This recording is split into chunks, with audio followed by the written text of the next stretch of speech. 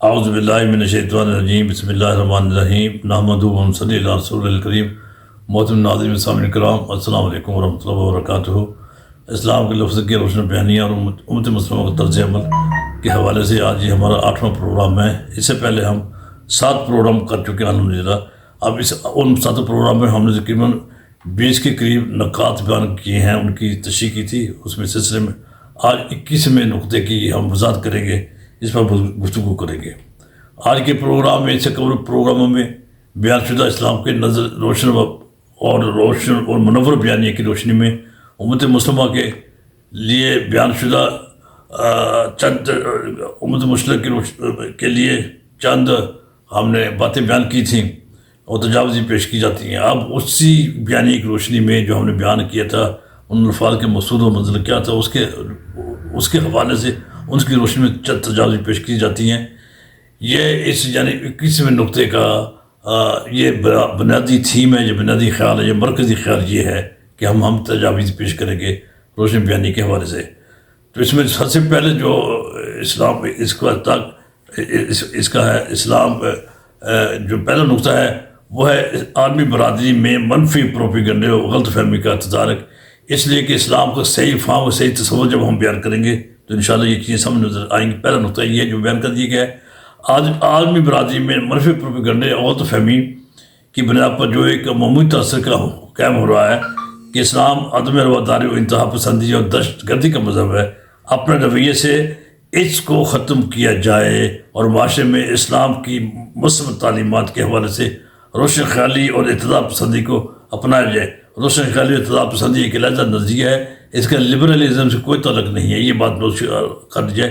روشن خیالی کا مطلب ہم لبرلزم نہیں کر سکتے، مادہ پیدہ آزادی نہیں ہے، اس کا مطلب کہ اسلام کو مثبت پہلو اور نبی اکرم صلی اللہ علیہ وسلم کی حجات طیبہ کے مطابق مثبت رویے کو فروغ دیا جائے اور منفی طرز عمل سے احتراز کیا جائے۔ نبی صلی اللہ علیہ وسلم نے ہمیشہ مثبت طرز عمل کو فروغ دیا تھا۔ اس کی سب سے بہترین مثال یہ ہے، مثال ہے جب آپ طائف میں تشریف لے گئے تھے، وہاں پر اہل طائف نے آپ پر پتھر برسائے، آپ کو مطلب کہ دوسرے یہ کہ آپ کے پیچھے محلے گلی کے بچے لگ گیا، انہوں نے آپ کی پیچھے نعرہ بازی کی۔ تو خیر وہ جبریل علیہ السلام نے فرمایا گزارش کی کہ اگر آپ حکم دیں تو میں ان دونوں پہاڑوں کے درمیان کو ملا کر آبادی کو ختم کر دیتا ہوں۔ آپ نے منع کیا، آپ نے کہا کہ نہیں، ان کی نسل میں سے انشاءاللہ مستقبل میں کوئی نہ کوئی لوگ مسلمان ہوں گے تو اسلام پھیلے گا۔ اس قسم کی باتیں بے شمار ہیں۔ نبی صلی اللہ علیہ وسلم کسی کے لیے بد دعا کبھی نہیں کی، آپ نے ہمیشہ اس سلسلے کو فروغ دیا ہے۔ یہ پہلا نقطہ تھا۔ دوسرا ہے انتہا پسندی کا خاتمہ، کہ جانور کے تحفظ اور انتہا پسندی کے خاتمے کے لیے ضروری ہے کہ معاشرے میں قرآن و سنت اور اسلامی شریعت کا نفاذ کیا جائے، قصاص و دید کے قوانین اور حدود و تعزیرات کے نظام کو مؤثر کیا جائے۔ قصاص و دید کے قوانین اور حدود و تعزیرات کے نظام سے بہتری آتی ہے۔ اس کی سب سے بڑی مثال سعودی عرب ہے کہ جہاں پر امن و امان قائم بھی ہے اور لوگ خوشحال بھی، اور اس کے یہ نظام جو ہے یہ ایکچولی انسان کی بہتری کے لیے ہے، انسان کی تباہی کے لیے نہیں ہے۔ یہ قرآن پاک میں اس کا واضح ارشاد ہے۔ اور تیسرا نقطہ یہ ہے کہ ترقی پذیر معاشرے کی تشکیل کی جائے۔ ایک ترقی یافتہ معاشرے کی تشکیل کے لیے ضروری ہے کہ ہر سطح پر تعلیم کو عام کیا جائے، بین الاقوامی ضرورتوں و مانگ کے مطابق ایسے افراد تیار کیے جائیں جو کہ اقوام عالم کی ضرورت بن جائیں، اور ان میں ہر فرد معاشرے کا سفیر ہو اور اسوہ حسنہ پر کا حامل ہو، اسوہ حسنہ پر کے ایک طریقے پہ چلنے کا اس کو شوق ہو، اس کو جذبہ ہو، اس کو عملی طریقہ کار کا پتہ ہو۔ ہم جانتے ہیں کہ حضور صلی اللہ علیہ وسلم کے یہاں ہر قسم کی تعلیم کا مقام کیا تھا۔ پوری انسانیت کی تعلم اسلامی تعلیمات کا بدیہی تقاضا ہے، اس طرف سے غفلت نہیں ہونی چاہیے۔ چوتھا نقطہ یہ ہے کہ فروغ سیرت رسول صلی اللہ علیہ وسلم کو فروغ دیا جائے۔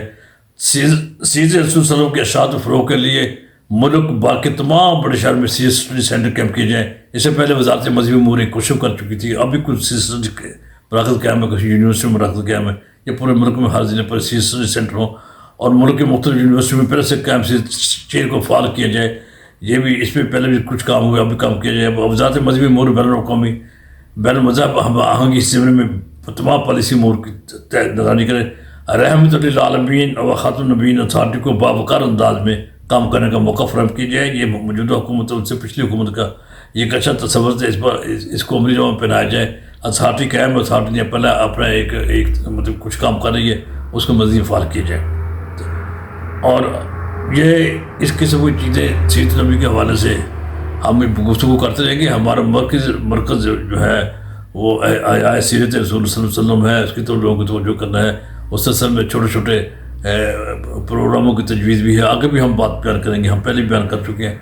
نبی اکرم صلی اللہ علیہ وسلم کی اگر حیات طیبہ کو اسی انداز سے بلند و مقام دیا جائے، اس پر عمل کرنے کی توفیق مطلب کام کیا جائے، تو ہمارے لیے بہت بہتری کی صورت ہو سکتی ہے. اس لیے کہ اللہ تعالیٰ نے نبی صلی اللہ علیہ وسلم جو حکام نازل کر دیے وہ کر دیے، عمل تو رسول صلی اللہ علیہ وسلم نے کیا ہے.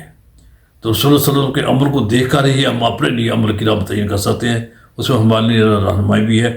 رسول اکرم صلی اللہ علیہ وسلم کی سیرت ہمارے لیے، آپ کی سنت ہمارے لیے مہمیز کا کام دیتی ہے، ہمارے لیے ایک روشنی کا منار ہے. ہم اسی روشنی کے منار میں اپنی منزل کی طرف ہر شعبے کا فرد اپنی منزل کی طرف اچھے طریقے سے گامزن رہ سکتا ہے.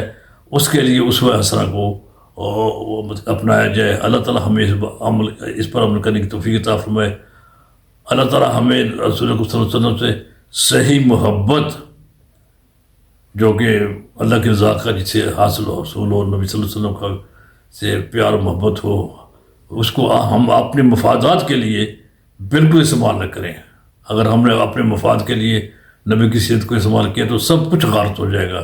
نہ صرف ہمارا اپنا عمل غارت ہو جائے گا، بلکہ ہم اپنے قوم کے لیے غلط مثال قائم کریں گے. ہمیں اپنے لیے نہیں کرنا چاہیے، ہمیں اسی طریقے کو لوگوں کے لیے آسانی اور سود پیدا کرنا چاہیے جیسے کہ نبی صلی اللہ علیہ وسلم نے کی ہے. اللہ تعالیٰ ہمیں اس کی توفیق دے. والسلام علیکم ورحمۃ اللہ وبرکاتہ.